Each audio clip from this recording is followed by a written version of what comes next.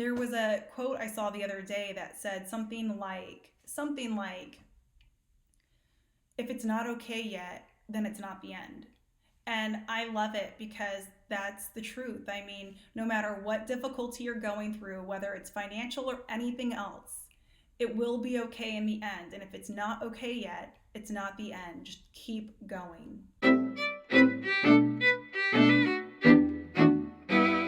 Hi, everybody. It's Tina with Picture It Personal Finance, where I ask you to picture your goal, plan to achieve it, and enjoy your success.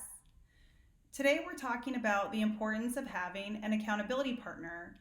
I offer an accountability program as one of my services, and people often will say to me, well, why do I really need an accountability partner? Or what is the value in having one? And I have 6 reasons that I want to explain to you why having an accountability partner is so very important.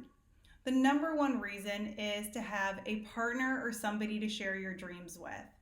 Now, I know throughout so many of the self-help books, people will tell you, keep your dreams private, be guarded with who you tell your innermost secrets to, and I do typically agree with that. But if you have a confidant, somebody who will not judge you and give you an unbiased perspective, as well as just support you and really want the best for you, this is the person to share your dreams with. This is the person who can help you expand them and get excited with you. And I'm telling you, people, when you have somebody to dream with you who is willing to say yes, yes, they just want you to go get it and go big and enjoy so much about life and have a vision for the future that is so much grander and magnificent than what the everyday currently entails, that is a person who will stand in your corner and will give you so much motivation to be excited about life. And life throws us so many curveballs.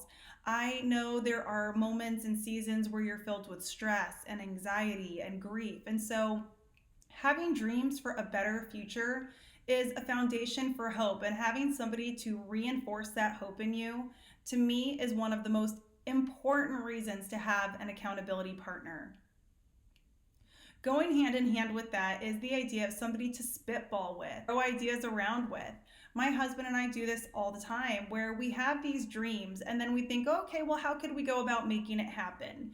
And we will, spitball, we'll throw ideas around and we will shoot some things down right away, or it'll trigger a new idea, or one of us will have seen something online and we're like, hey, did you think about this? And we share it with one another. One of the things I do for anybody who's approached me, whether they're a client or a prospect or just a lead, is if I find out something about you that is important about your situation. For example, recently I spoke with somebody who I know has variable income, and I sent them my article on variable income. Just knowing stuff about another person, what their dreams are and what their goals are, enough to just send them ideas. That spitballing activity is so important for the creative thought process and inspiring different ways of doing things. So spitballing is absolutely my number 2 reason why it's so important to have an accountability partner. And then number 3, kind of teeing off of that spitballing, is what I call the reality checking. Every now and again, you need that reality check. Sometimes it's for idea generation, but honestly, a lot of times it's for spending.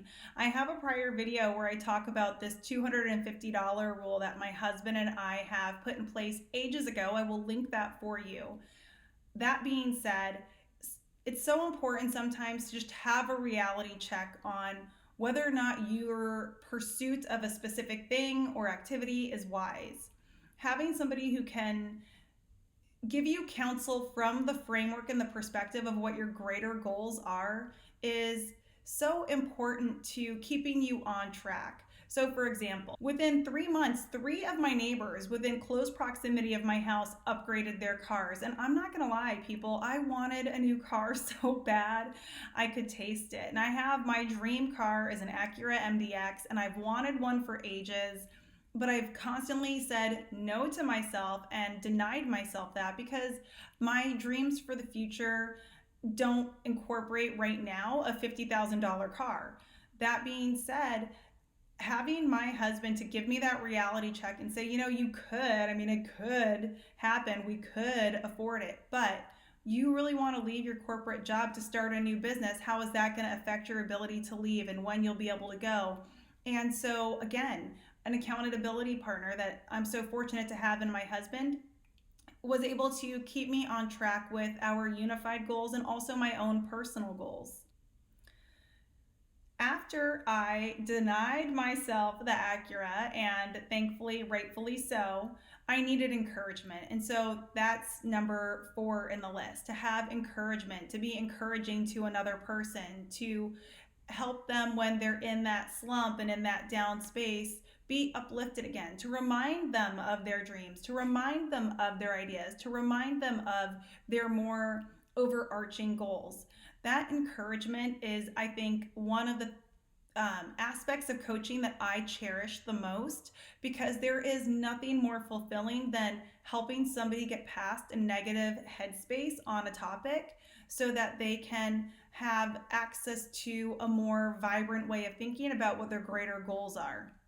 So, whether you need encouragement or whether you're giving encouragement, encouragement to me is like one of those foundational, most important human gifts that we can give to one another.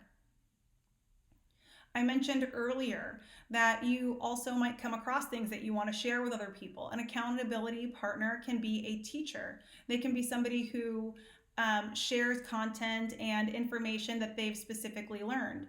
In my household, I am frequently the one that's reading all these self-help books and all of these financial books. And so I will often come across a noteworthy idea and I will share that with my husband, and he will percolate on that for a while, and then we'll have a back and forth and maybe spitball on it later.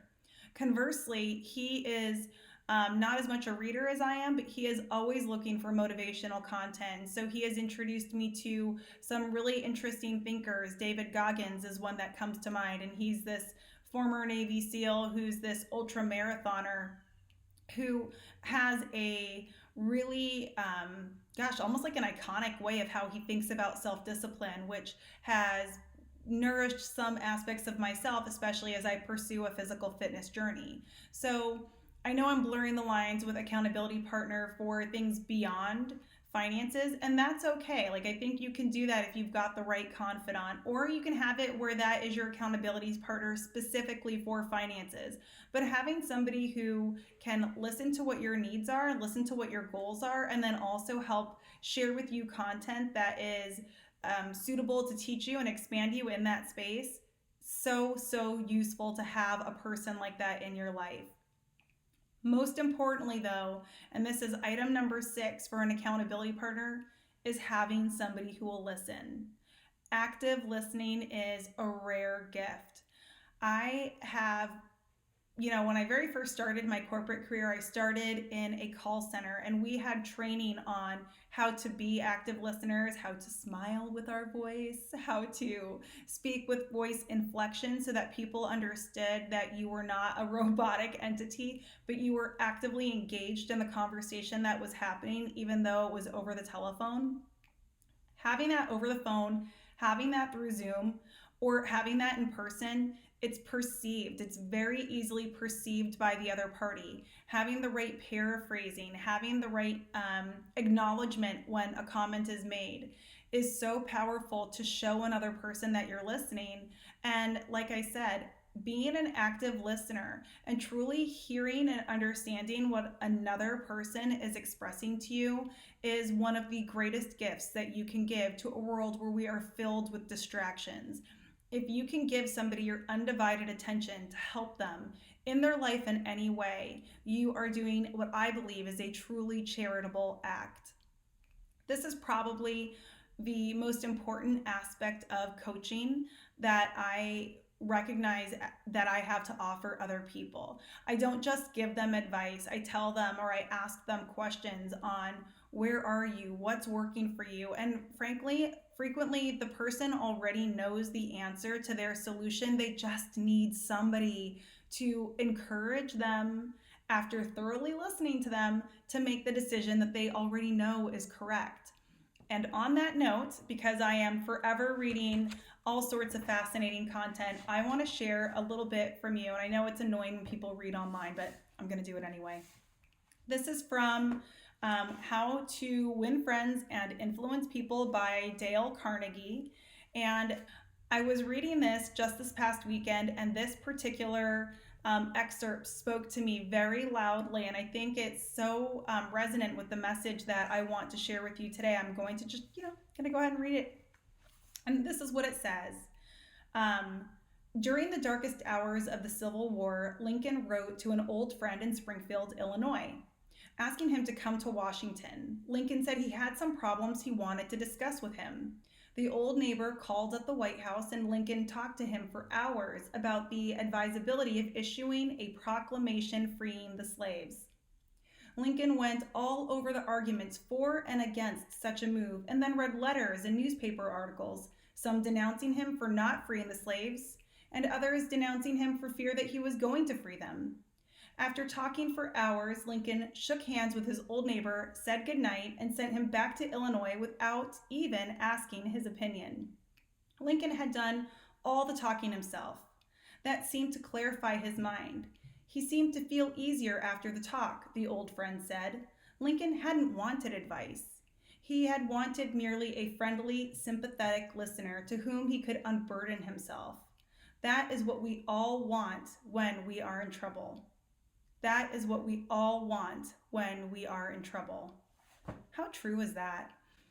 I remember when my husband and I were first dating, and honestly for years afterward, and I would want to, vent to him or unburden to him. But what I always would say to him after thinking about it for a few hours is, all I really wanted you to say is, it's gonna be okay. You're going to figure it out. It's going to be okay. You will figure it out. And that's the truth of it, people.